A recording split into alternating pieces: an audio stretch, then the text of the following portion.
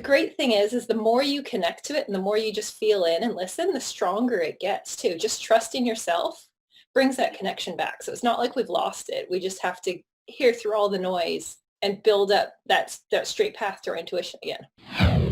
Welcome to the My Future Business Show, where we get you in front of your best audience and keep you there. Not only are we interviewing the biggest names in business to help you become even more successful, we're inviting you to book your spot on the show to help you grow your business.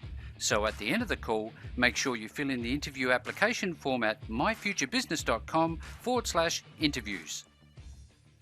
Hi, and welcome back to the My Future Business Show. Today I'm on the line with Alyssa Williamson. How are you, Alyssa? Good. It's nice and sunny, so I'm enjoying that in between the rain here in Oregon. Well, we were talking about this just a little earlier for everybody's on the show. It's actually freezing cold where I am, so I'm a little bit green with envy. So, Alyssa, I'd love to talk about a multitude of things with you today. And one of them is actually about intuition as it applies to business. But before we jump into that and concepts behind marketing and all the good juice, I'd love to learn a little bit about your background story, where you are, what you like to do when you're not working and things like that. Would you mind sharing that with the My Future Business audience? Sure, and it's really relevant because my journey is really what's brought me, everything I've learned has brought me to where I am today too. So as we were talking about, I actually went to, my family's from New Zealand, so I actually went to college in New Zealand, even though I was born and raised in California, and studied design there, and actually have been running my own graphic design marketing consulting business since college. So that's 13, 14 plus years now. And so I've worked with business owners and I love that. But along the way, I had the opportunity, I had another business opportunity. I was coaching business owners on how to live their best lives. And really it was trust their intuition is what it always came down to.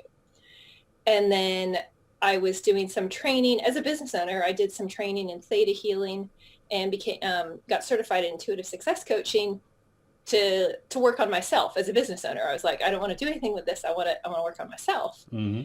And I saw such great changes that's where I was like, oh, I want to do this for everyone else.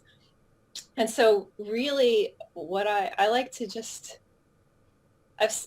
focus on what makes me happy, brings me joy. And a lot of that is achieving things, making a difference, seeing results from whatever activity I'm doing.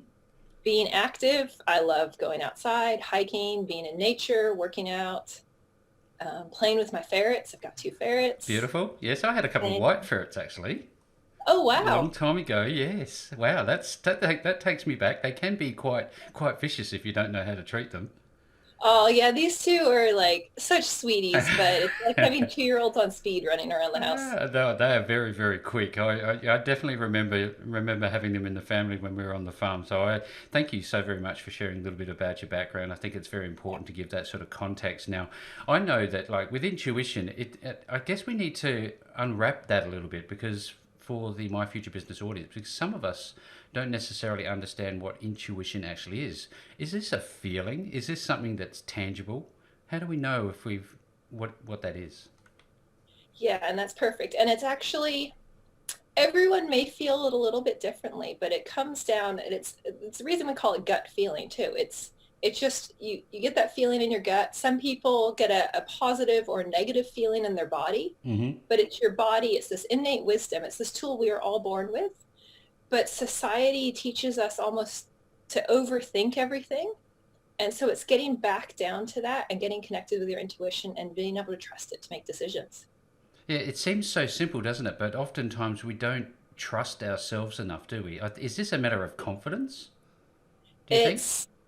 Part of it's confidence, and I would say as I increase my confidence, I trusted my intuition a lot more. But part of it is society almost wanting to train us. School, we just go through training to learn how to learn. And so we almost get taught how to think, and we don't go beyond that anymore. And so I think that's changing, but just realizing that we can trust ourselves and it's not just based on what we know or what we've been learning.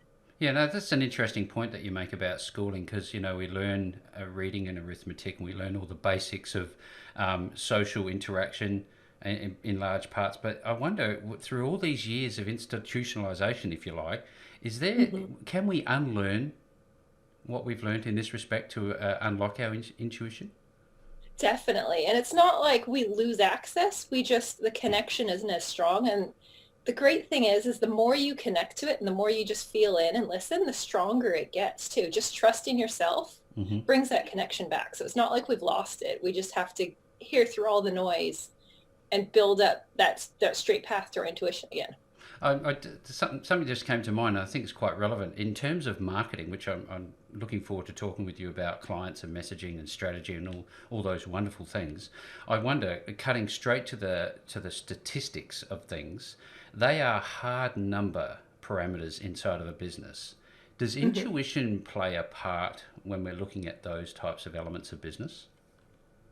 Great question. And I look at business as both a science and an art. And yes, marketing and knowing your numbers in any way is very important, Hmm. but there's a human aspect of everything we're doing too. So when you're connecting one-on-one with your clients or in a sales meeting, trusting that feeling or before marketing, I just get into this positive space. I'm just like, what can I say today that will help serve someone? So it's just getting into the right vibration or space Hmm. that you're still doing all the pieces that will tie to the data, but it's sort of like that intangible piece, and that little extra, That little that magic. that little bit of magic, absolutely. I wonder. I always think about, you talked about, I get almost like stepping into this frame of mind.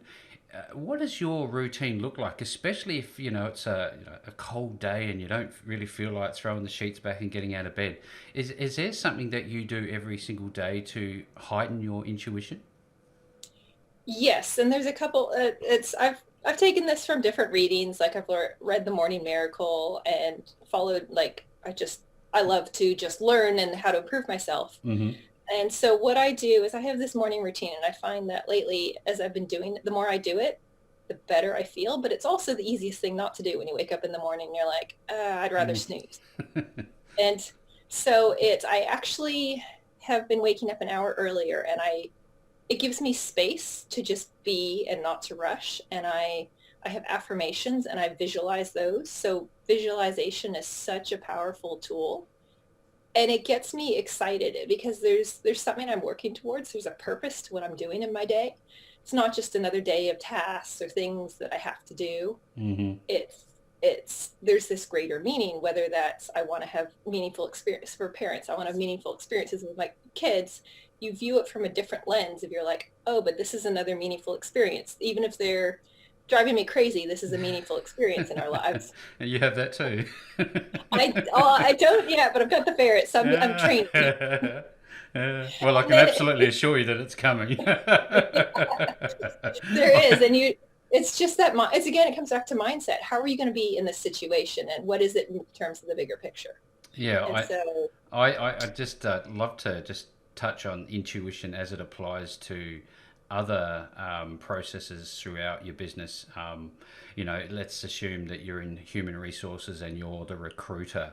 Um, I often sit in front of people, be it online mhm, or face to face, and I feel something about them. Either I'm really off or I'm really into them.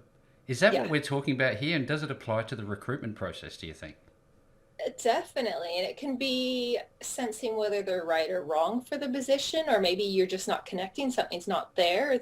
Some vibration or something is Just not right. And you off. may never know what it is. So maybe you were just off that day and it just wasn't vibing, like your energy was low. Hmm. So it's taking into account, okay, where am I in this moment?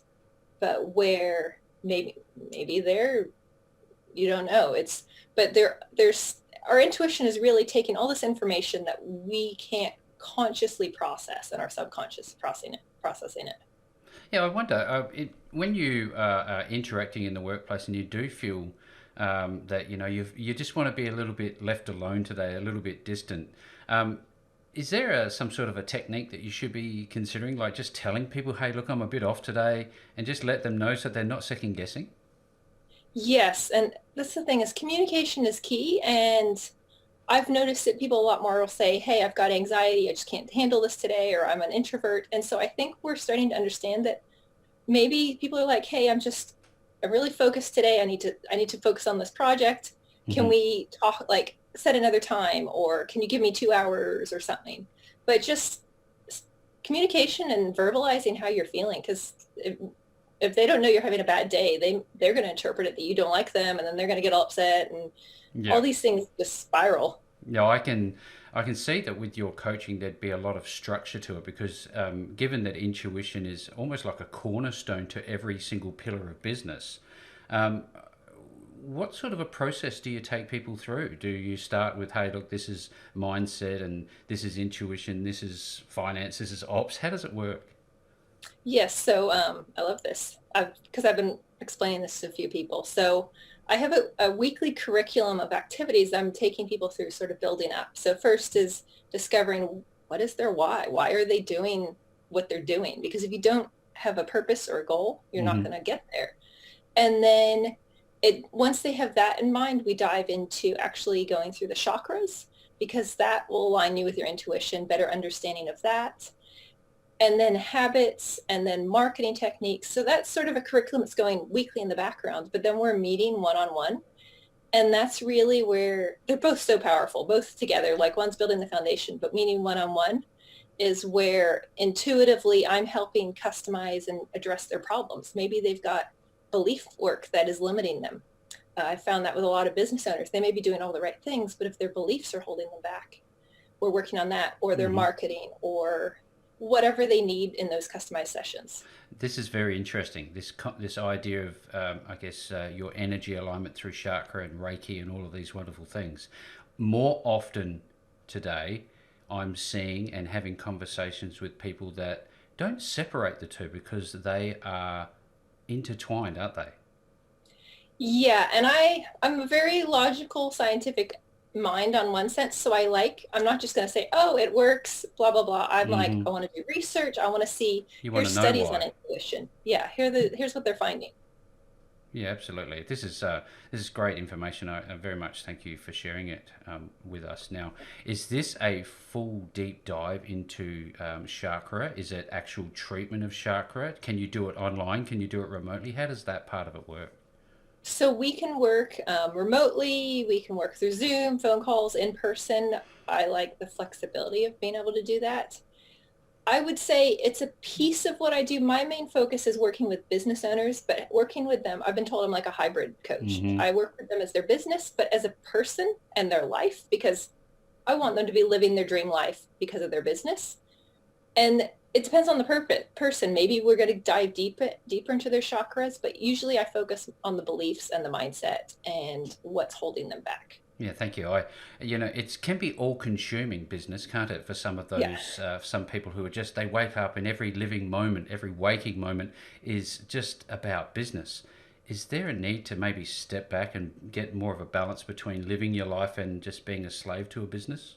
Do you think? Yeah, yep. I've been there. And that's one of the reasons that I love doing this, is because I've been there. Like I loved my business, but I had a period in my life where I had so much business and so much work that I was sleeping 4 hours a night for like 3 months straight. Like Wow, I couldn't keep up.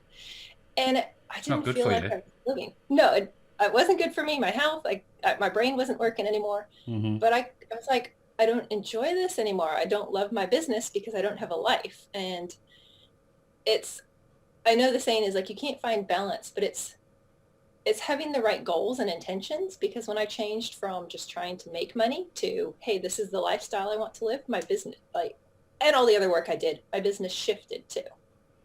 Do you think that when you refocus your mind towards what makes you feel good, releasing oxytocin, as opposed to how much money you make, that you live a better life? Yeah, and that's really what following your intuition is in the end, is what makes you happy, what makes you feel good. Not and as If it's your intuition, it's never going to be at the detriment of someone else either. Hmm. So it's understanding that. But that's sort of, as I've gotten more into my intuition, it's giving myself more grace. I can make mistakes and that's okay. I'm human. Hmm. And does it bring me joy? Yeah, it's a pretty simple formula, isn't it? And yet we seem to, as human beings, have this innate ability to absolutely overwhelmingly complex things when we don't necessarily need to. Now, Yeah. Alyssa, I'd love to shift the conversation onto clients. Now, Yeah. what is the way that you work with your clients to attract their clients? And it's really, it comes down to attracting clients is really knowing your own clients, knowing what their pain points are, how you're helping them, Mm-hmm. and speaking to them in their own words. So I always talk about having ideal client personas, because until you know, you can't say, like, you can't just say, like a real estate agent, oh, I help people buy homes. It's no, I help, maybe it's the aging population who's looking to downsize, or it's new home buyers, maybe a single female or working couple. Mm-hmm. Like, you get more specific, because if you tell someone, oh, find me someone who's looking to buy a home, like, it's just like, they don't know what to look for, but they're like, oh, my neighbor, she's renting and they're looking to, like, maybe they shouldn't be renting, maybe they should buy a home. So it's helping people use the reticular activating system and getting focused on, okay, maybe The real I diverged a little bit. the real conversation. I understand where you're Yes. going. This is all about digging deeper to make sure that your conversation. It's like talking to a tennis player as opposed to a basketball player. I suspect that.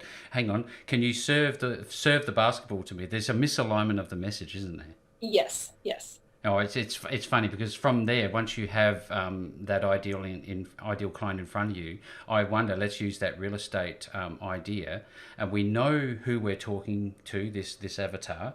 Um, Mhm.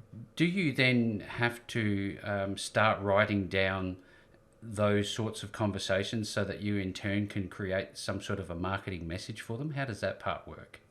Yeah, that's ideal if you've had these conversations, you're talking to them, and but it can also be even asking them, like, doing, either asking for feedback or maybe doing an interview type of testimonial, where you're Mm-hmm. you're hearing their words for why they enjoy working with you, what made them pick you, what made you stand out. Being able to use those words when you've got an existing business, successful business, you've got clients to refer to.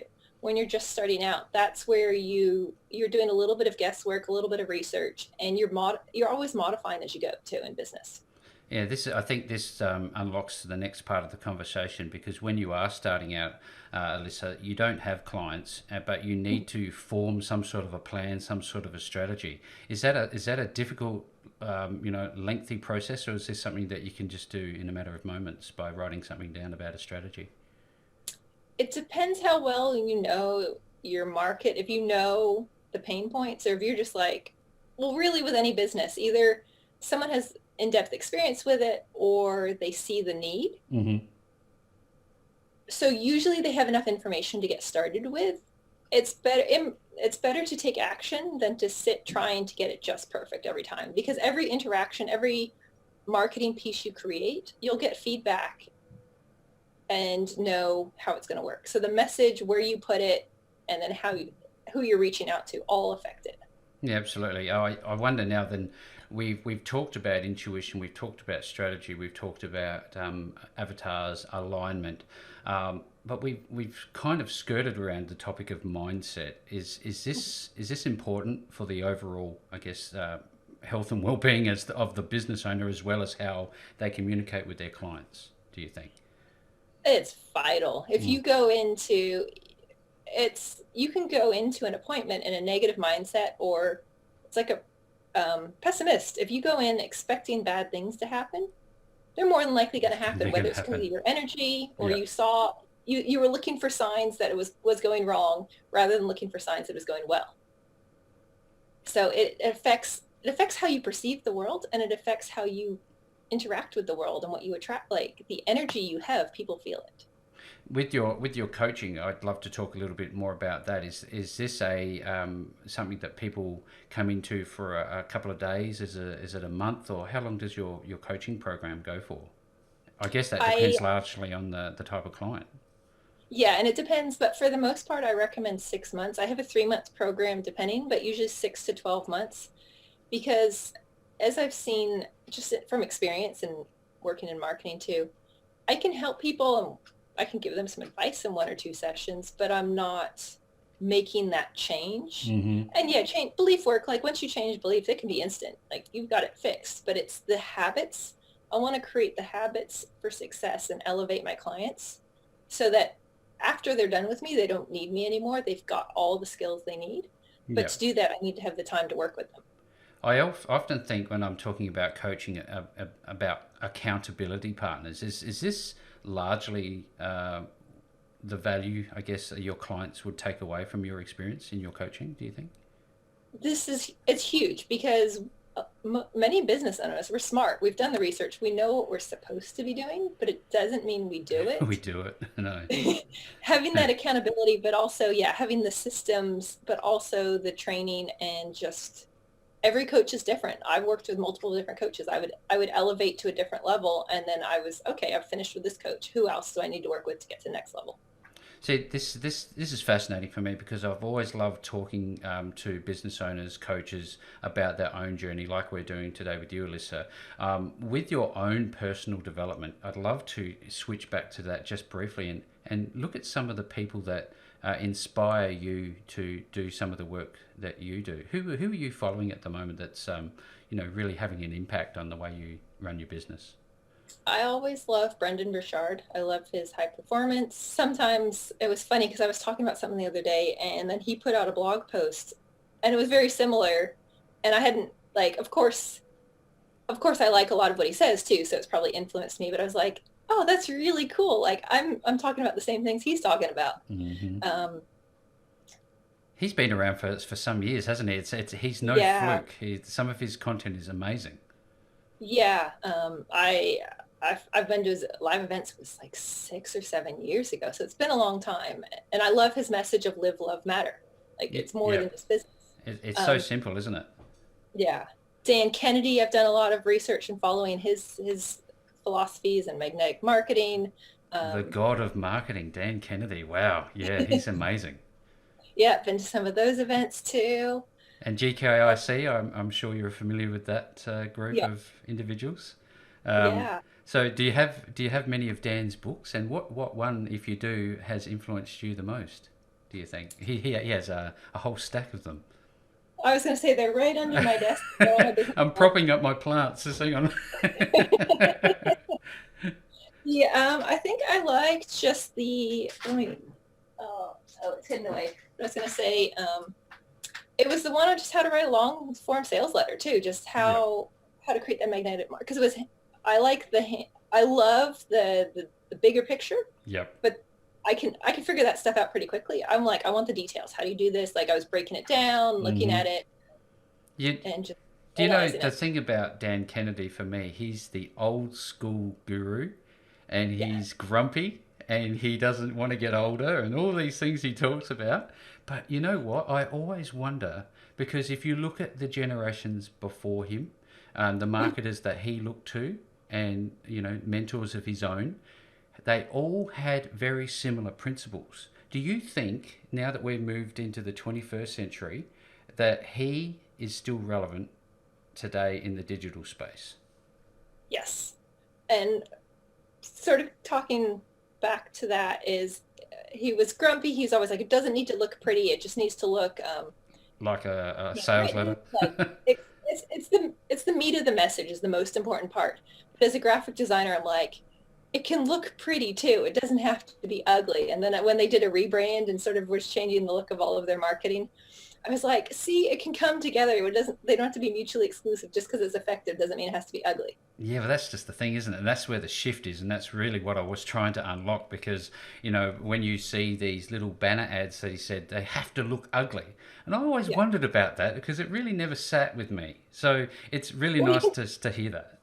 yeah, and you can A/B test. It doesn't mean don't assume that just because it's prettier, it's gonna to be more successful. A/B test it, but don't just automatically say, oh, the uglier. And I'm sure he agrees with that. Like, don't just assume one's better than the other. Like, do the testing. Well, there's some powerful insight right there. Now, I wonder, Alyssa, when people are wanting to work with you, I can assume there's a long lineup waiting to get through the door. Yeah.